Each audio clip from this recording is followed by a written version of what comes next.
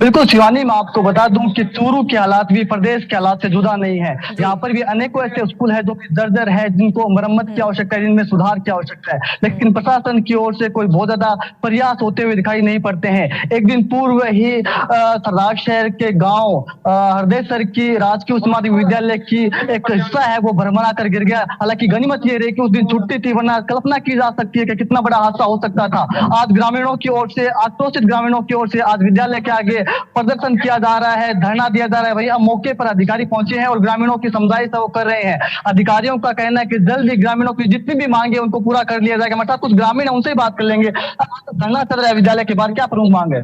Sir, मांग यही है कि हमारे जो 8-10 कमरे हैं स्कूल के, सरकारी स्कूल हरदेसर के, वो एकदम जर्जर हो चुके हैं। मतलब गिराने की स्थिति में। कल इतना बड़ा हादसा हुआ, संडे का दिन था, छुट्टी थी, इसीलिए बड़ा हादसा नहीं टला, नहीं तो झालावाड़ जैसा मामला हो सकता था। यहाँ गनीमत है कि छुट्टी थी उस दिन। अब क्या मांग है? अधिकारी आ रहे हैं। ये सर, जो जितने कमरे हैं, 8-10 कमरे हैं, उनको क्षतिग्रस्त किया जाए, जमीन किया जाए इसको, और नए निर्माण किया जाए। इसलिए बच्चों को हम नहीं भेजेंगे स्कूल।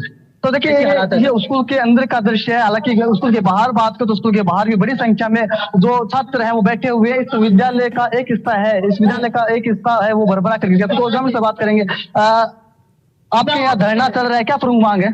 प्रमुख मांग है कि ये 10 जो कमरे हैं जंजर है, ये कभी भी गिर सकते हैं और बड़ा हादसा भी हो सकता है। कल संडे को बड़ा हादसा होते होते बचा। अगर संडे को स्कूल खुली होती है, अगर संडे नहीं होता तो गांव में सन्नाटा छा जाता। मानो 40 बच्चे हैं कक्षा 7 के जो रोजाना इसके अंदर बैठते हैं और यहाँ पे मिड डे मील का खाना भी यहाँ पे खाते हैं। तो देखिए, मिड डे मील का खाना भी यहाँ पे खाते हैं, तो बच्चे हैं। हालांकि कल छुट्टी थी, से में गनीमत रही कि एक बड़ा हादसा है वो टल गया। हालांकि इस हादसे में एक मजदूर है वो चपेट में आकर मजदूर गंभीर रूप से घायल हो गया। मैं आपको वो तस्वीरें भी दिखाना चाहूंगा जो कि हिस्सा जिस स्कूल का गिरा था।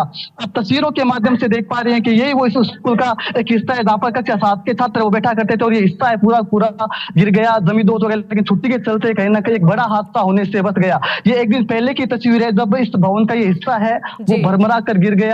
बड़ा हादसा हो सकता था। मजबूर आज बड़ी संख्या में जो छात्र हैं वो अब विद्यालय के आगे धरने पे बैठे हुए हैं, और इनकी मांग है कि जब तक हमारी समस्याओं का समाधान नहीं किया जाएगा तब तक हमारा आंदोलन है वो जारी रहेगा। मैं आपको धरने के बाहर की भी तस्वीरें दिखाने का प्रयास करूंगा। हालांकि मौके के ऊपर ही बात करें तो प्रशासनिक अधिकारी हैं वो पहुंचे हुए, इसके अलावा पुलिस का अमला भी मौके पर पहुंचा हुआ है, और बड़ी संख्या में ग्रामीण है वो अब आंदोलन का कहना है कि यदि कल बुरा नुकसान हो जाता तो उसका जिम्मेदार कौन होता।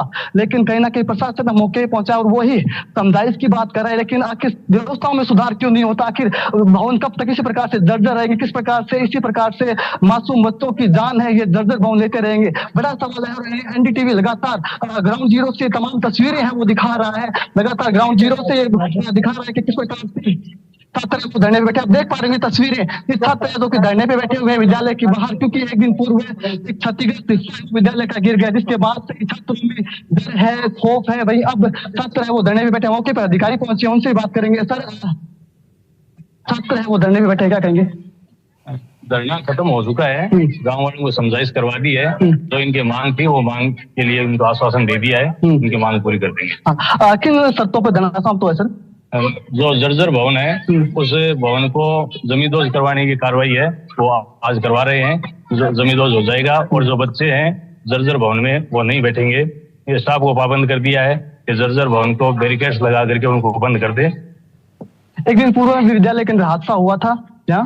हाँ बिल्कुल हुआ था। इससे वो गाँव वाले हैं वो सचेत होकर के और यह आज तालाबंदी की है। लेकिन बड़ी खबर ये है कि गनीमत रही कि छुट्टी का दिन था, वरना बड़ा हादसा हो सकता था। वो भवन पहले से जर्जर था, उसकी मरम्मत का काम चल रहा था और मरम्मत के दौरान ही वो पट्टियां गिर रही थी। लेकिन मानते हो कि बड़ा हादसा टल गया? एक हो सकता था। बिल्कुल, कल छुट्टी का दिन था, इस कारण से बड़ा हादसा वो टल गया। तो देखिए, अधिकारी जी हैं वो बोल रहे हैं कि बड़ा हादसा टल गया, लेकिन आप तस्वीरें देख पा रहे होंगे अभी भी धरने पर बैठे हैं बच्चे। हालांकि अब ग्रामीणों की और प्रशासन की सहमति वो बन चुकी है। प्रशासनिक अधिकारियों का कहना है कि जो जर्जर भवन जो है 10 से 12 जो इस विद्यालय के जर्जर कमरे उनको जल्द से जल्द जमींदोज वो कर दिया जाएगा। आप मासूम बच्चों को देख पा रहे होंगे जो कि खौफ के साए में यहाँ पर रहते थे, क्योंकि कहीं ना कहीं बड़ी यहाँ पर एक प्रकार से जर्जर भवन के अंदर हमारे जो नौनिहाल बच्चे हैं वो बैठते हैं। आप समझ सकते हो कि किस प्रकार की प्रशासनिक तरीके से काम करता है। आप देख पा रहे हो सिस्टम किस प्रकार से काम करता है। कहीं ना कहीं बड़ा सवाल ये है कि जब हादसे हो जाते हैं तब प्रशासन जगता है, तब प्रशासन हरकत में आता है, तब सिस्टम काम करता है। इससे पहले प्रशासन या सिस्टम है वो कहीं ना कहीं हादसों का इंतजार कर रहा है। जी बिल्कुल।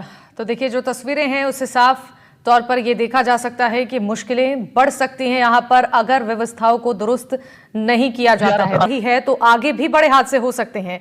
हमारे साथ तमाम सहयोगी लगातार बने हुए हैं। एक बार फिर से गजेंद्र के पास चलेंगे और वहां की तस्वीरें गजेंद्र दिखा रहे थे कि बच्चे स्कूल के बाहर बैठे हैं, लगातार धरना प्रदर्शन किया जा रहा है। हालांकि समझाइश हो गई है, लेकिन गजेंद्र वहां पर मौजूद जिम्मेदार अधिकारियों से ये सवाल जरूर करिएगा कि यहाँ पर जो व्यवस्थाएं की जा रही हैं इससे बच्चों की शिक्षा पर भी प्रभाव पड़ रहा है। क्या वैकल्पिक व्यवस्था की जा रही है यहाँ पर?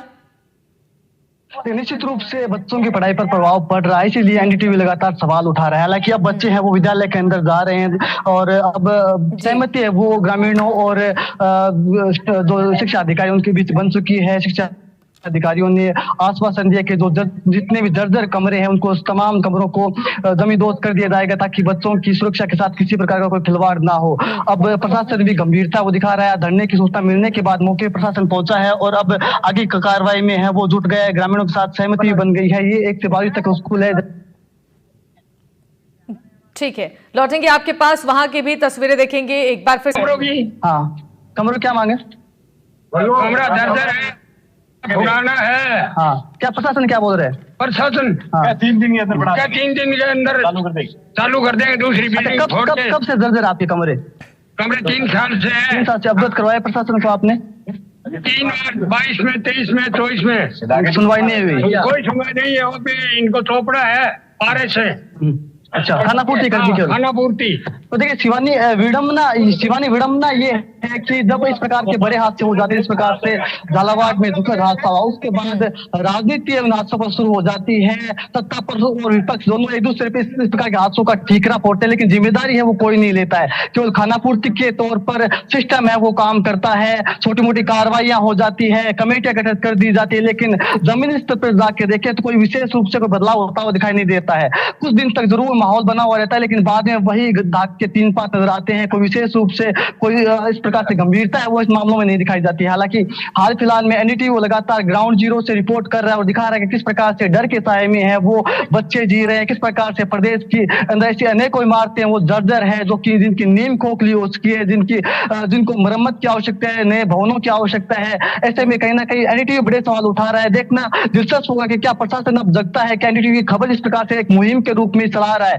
क्या एनडीटीवी की खबर का असर होगा, क्या प्रशासनिक अमला है वो जगेगा और क्या धरातल पर में कुछ तस्वीरें कुछ नहीं देखने को मिलेगी, क्या बदलाव होगा, ये भी बड़े सवाल हैं। जी शिवानी, बिल्कुल सही कहा आपने कि अब बदलाव कब होता है इसका इंतजार हर कोई कर रहा है, चूंकि लगातार ऐसी तस्वीरें सामने आ रही हैं जो सवाल खड़े कर रही हैं। जो जर्जर स्कूलों की हालत है उससे परेशानियां लोगों की बढ़ती नजर आ रही हैं। एक बार चलते हैं इरफान के पास, प्रतापगढ़ से। इरफान, जानकारी दे